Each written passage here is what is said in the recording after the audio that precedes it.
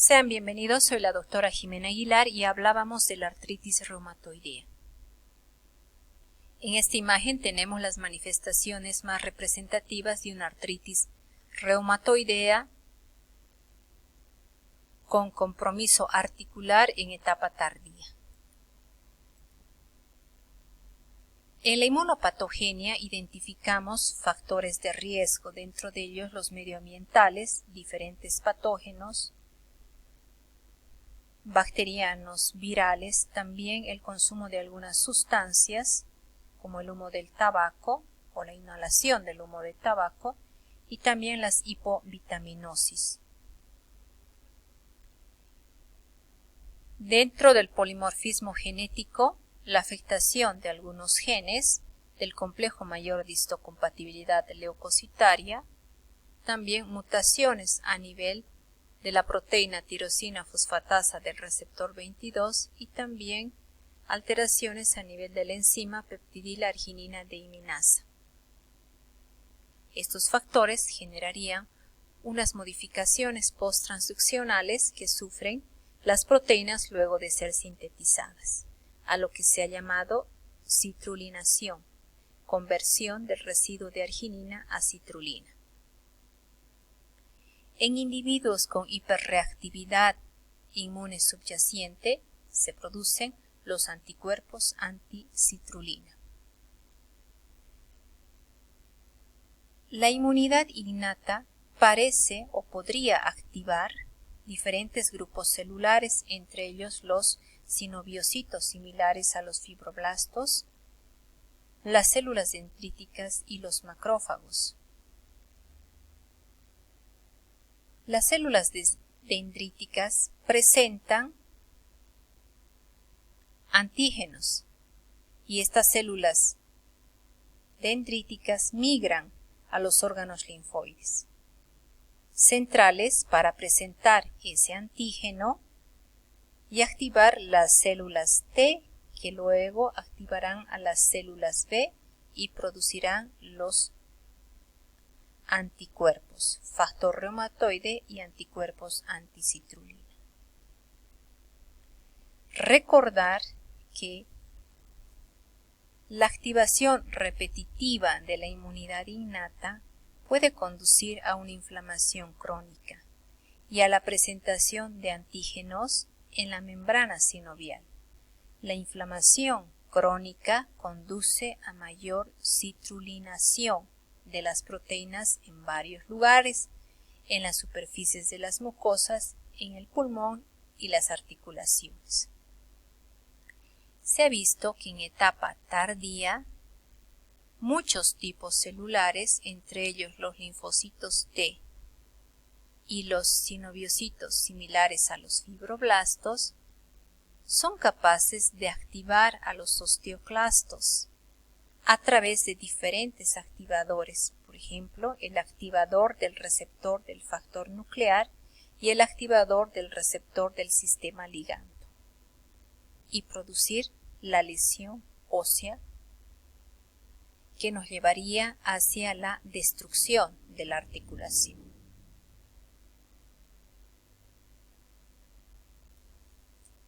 La artritis reumatoidea tiene fases. Algunas revisiones han identificado 2 fases y otras 3 fases, pero que se encuentran totalmente relacionadas. Por ejemplo, la primera etapa es asintomática de índole genético. Ahí volvemos a recordar el polimorfismo genético. La segunda, de artritis indiferenciada o preclínica, en la que se produce la reacción inmunológica con la formación de los anticuerpos. Y la tercera etapa, verdaderamente clínica, en donde aparecen las manifestaciones propias de la artritis reumatoidea.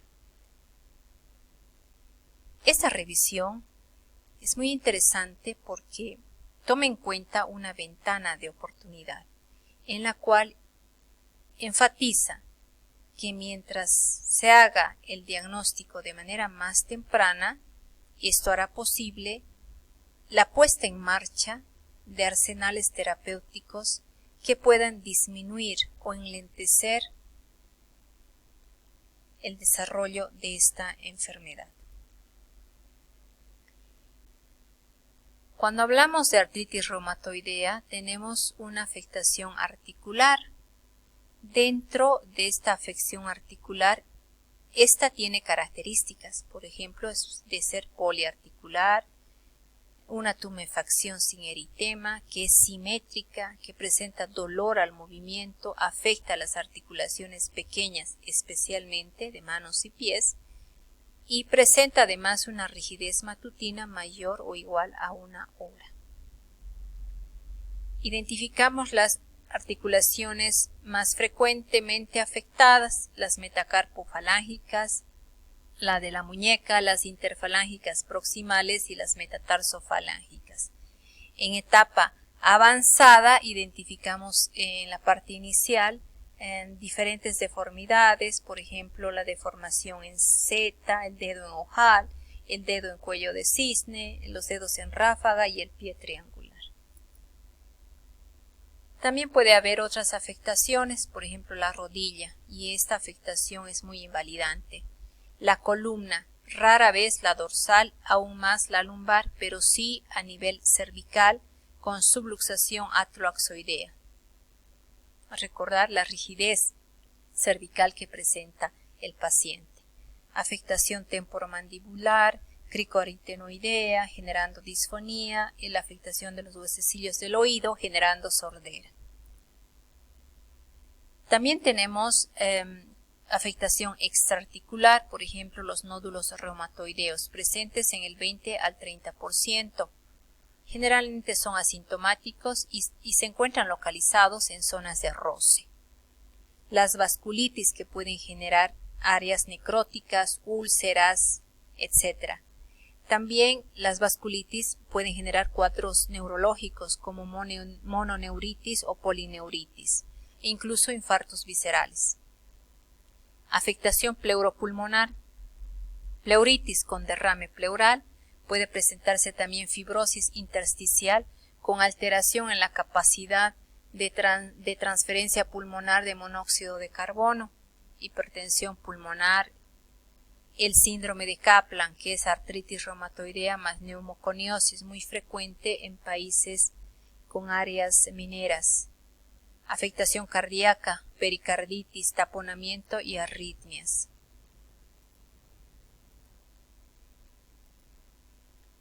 Afectación neurológica, las vasculitis por compresión, síndrome del túnel carpiano, tarsiano, cervical, ocular, las epiescleritis.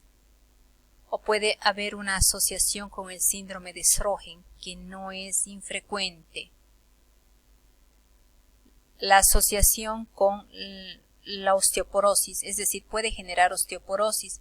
Esto por la utilización de los corticosteroides, pero también recordar que la hipovitaminosis D podría estar relacionada. El síndrome de Felty, esplenomegalia más citopenias.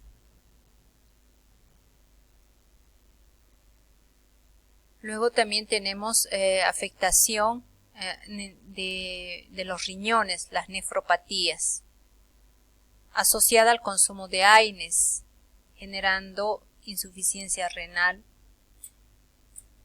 Luego también tenemos, puede generar también síndrome nefrótico, glomerulopatías por los fármacos o glomerulopatías por la vasculitis. En esta imagen vemos diferentes radiografías en las cuales podemos identificar las lesiones. Esta patología presenta erosión marginal, puede presentar la desviación de los dedos del pie, estos son los dedos en ráfaga. Aquí tenemos el cuello de cisne. También podemos identificar la osteopenia en relación con la hipovitaminosis D y la utilización de corticosteroides junto con erosiones.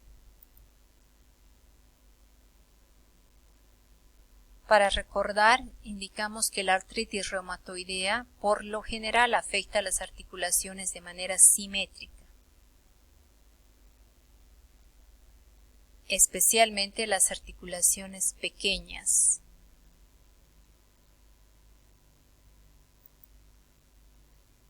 Aquí tenemos también afectación extraarticular en las zonas de roce, los nódulos reumatoideos. Indicamos también cuando se trata de la afectación de la articulación o de las diferentes articulaciones en columna, es muy raro a nivel dorsal y más aún a nivel lumbar, pero a nivel cervical son frecuentes. Aquí identificamos la subluxación atrolaxoidea, los nódulos reumáticos, etc. Afectación en relación a las vasculitis.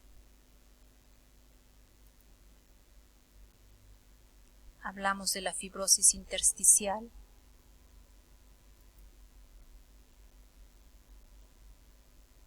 Las pericarditis. Puede generar también derrame pericárdico.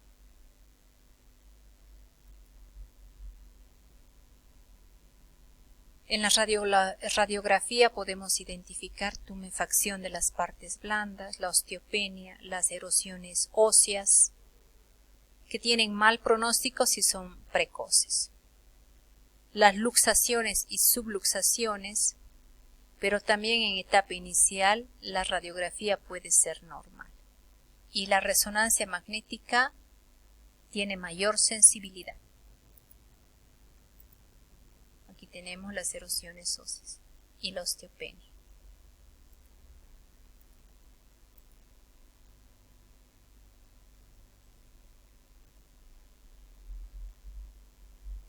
Apoyan el diagnóstico clínico, los hallazgos radiológicos.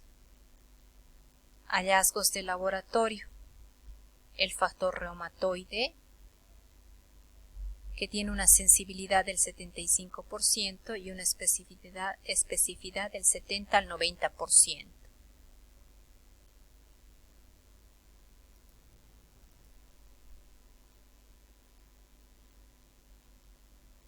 Nos ayuda para confirmar el diagnóstico en un paciente con clínica sugestiva. Los anticuerpos anti-CCP o anti-citrulina. Sensibilidad similar al factor reumatoide, pero mayor especificidad, mayor al 90%. Entonces tendremos que pedir factor reumatoide y especialmente anticuerpos anticitrulina. Los anticuerpos antinucleares pueden estar presentes en el 30%.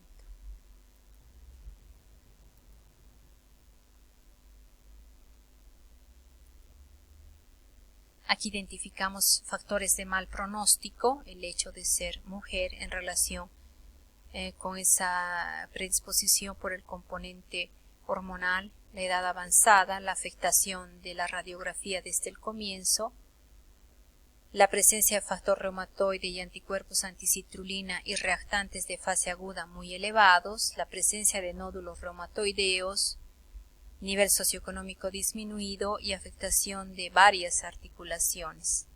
¿Cuáles son los marcadores de actividad? El volumen de sedimentación globular, PCR, ceruloplasmina, aptoglobina, marcadores de rotura del colágeno.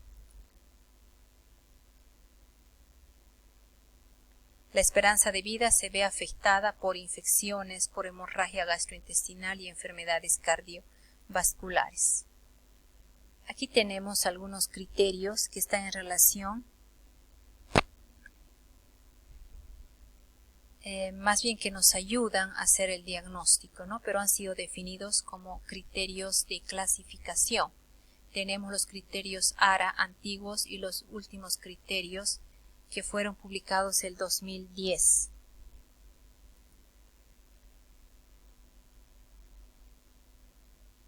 Sobre los cuales se revisará y se analizará en la práctica. Eso es todo. Hasta pronto.